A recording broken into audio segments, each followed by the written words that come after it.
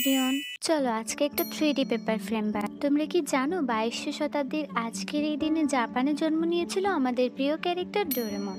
ছোটবেলায় ডোরেমন দেখেনি আর তার এনিহয়ার ডোর কিংবা বাম্বু কপ্টার ব্যবহার করতে চায়নি এমন মানুষ খুবই কমই আছে। কিন্তু তোমরা কি জানো এই ডোরেমনের কাহিনী বাস্তব থেকে নেওয়া? 1950 সালের দিকে জাপানে নবি নামক একটি ছোট্ট ছেলে ছিল যে কিনা স্কেসোফিনিয়া রোগে আক্রান্ত ছিল।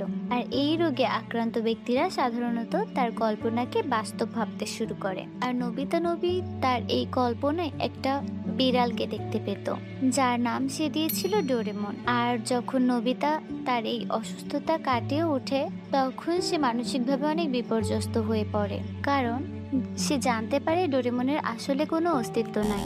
আর এটা সে কোনোভাবেই মানতে পারে না এবং এক পর্যায়ে সে আত্মহত্যা করে বসে। এই ঘটনা থেকে অনুপ্রাণিত হয়ে জাপানের লেখক ফুজিকো ডোরেমন লেখা শুরু করে।